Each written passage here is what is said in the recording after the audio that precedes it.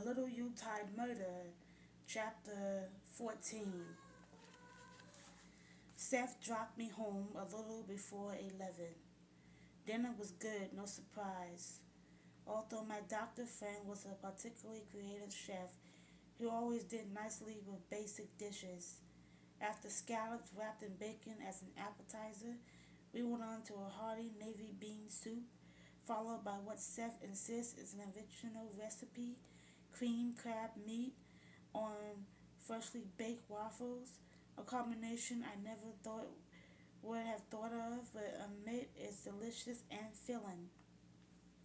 But the evening's menu was not foremost in my mind once I was inside my house and I had made myself a cup of tea. What did dominate my thoughts and sent my mind racing was what Seth had raised over dessert. Before I could settle in my den and focus upon it, however, I had to return three phone messages that had been left on my answering machine. This first was from Vaughn Buckley. It sounded urgent and he encouraged me to return the call at any hour. Jessica, he said the minute he picked up the phone. Yes, I was out to dinner and just got your message. Thanks for getting back to me so soon. I just heard on the news that Mr. Walter has been formally charged with the murder of Santa Claus. You mean Roy Brent? I said, not sure why the way Vaughn put it nettled me. Yes, Roy Brent. Who carried the story? I asked. One of the all news radio stations here in New York. They played it up big, Jess. You know, a brutal murder during the holiday season, a leading citizen of a small Maine town gunned down just weeks before Christmas. On top of that, the victim was that same town Santa Claus. I sighed deeply and pulled up a chair. This is all so unfortunate, I said. Yes, it is. Have you given any more thought to doing a book about the killing? I'm really not interested, Vaughn. I'm too close to it living here and having known both parties. You mean Brent and the accused? Exactly. But that's why you're the ideal person to write a book about it. You know these people are tuned into how they think. It's your town, Jess. Which is why wouldn't want to write about something so tragic having happened here. We received phone calls at the office concerning it. From whom? Press. They know your kaboot Cub's most illustrious, illustrious citizen. They want to interview you. Tell them no. I can't tell them that, Jess. They have a right to ask questions, which I assume they'll do starting tomorrow. I refuse to be interviewed about this. You know how cooperative I am when it comes to publicity, but this is different. Of course it's different, and I'm not suggesting you do this to publicize anything. The publishing industry may have become crass, but not to that extent.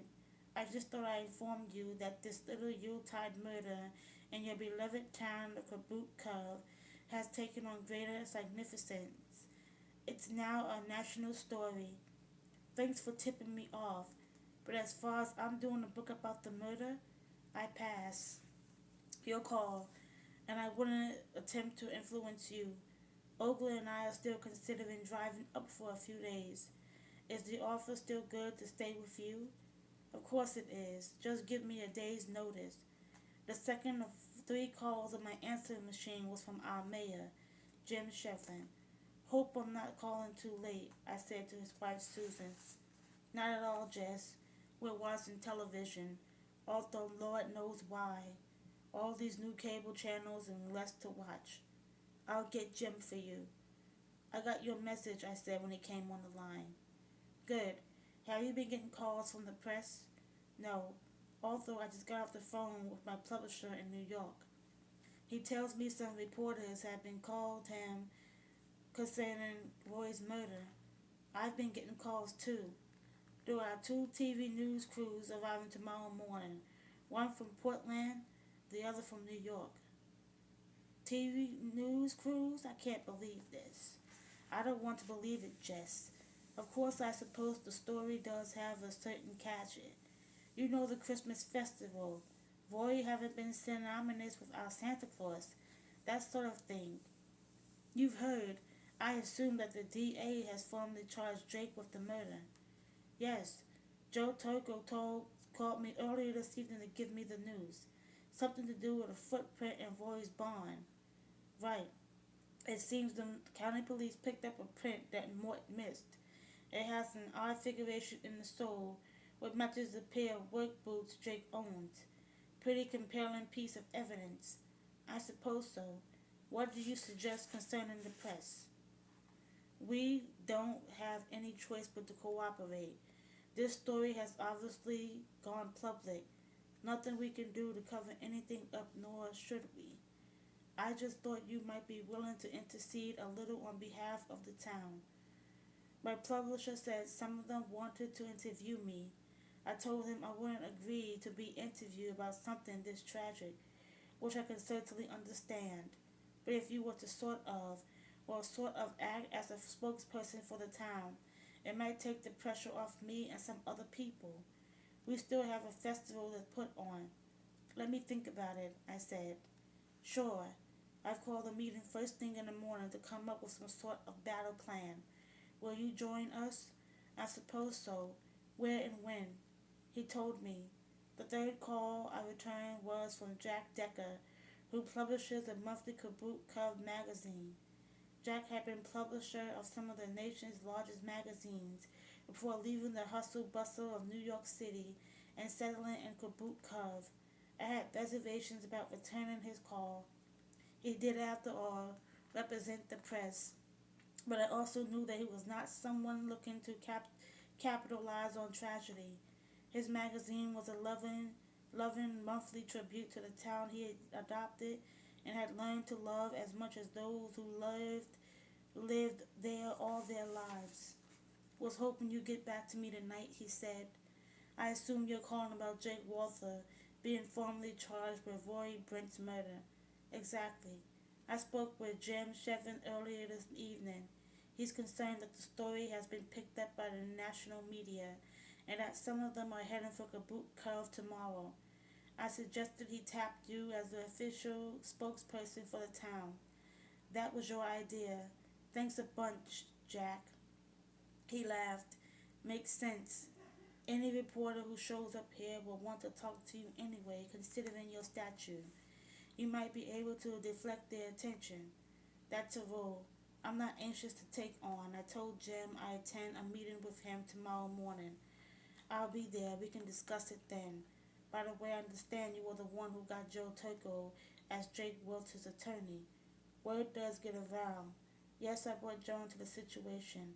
He's not particularly fond of Drake Walter, but again, there aren't many Drake Walters fans around, are there?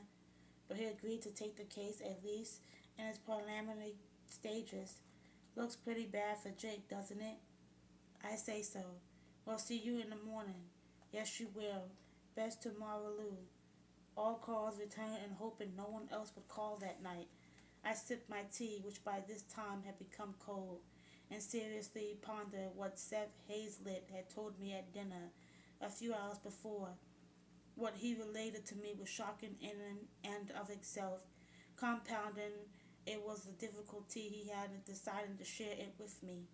He was approximately circumspect, which I understood considering the sanctity of the doctor-patient relationship. But that consideration was mitigated by the importance of the information as it related to Roy Brent's murder and Jake Walter having been charged with it. Poor Seth, I thought. He found himself between a proverbial rock and a hard place. That he chose to share the information with me was at once flattering, yet unnerving. But now that I had an obligation to follow through, whether I wanted to or not. The problem was that I wasn't sure how to proceed, whether to have another discussion with Seth or apply to act upon what he told me. An hour later, without having come to a defective, definitive conclusion, I decided that what was most needed was a good night's sleep. Tomorrow was another day, as the saying goes, although that contemplation wasn't especially pleasant, considering what it might hold in store. Like, comment, and subscribe on this video. Bye.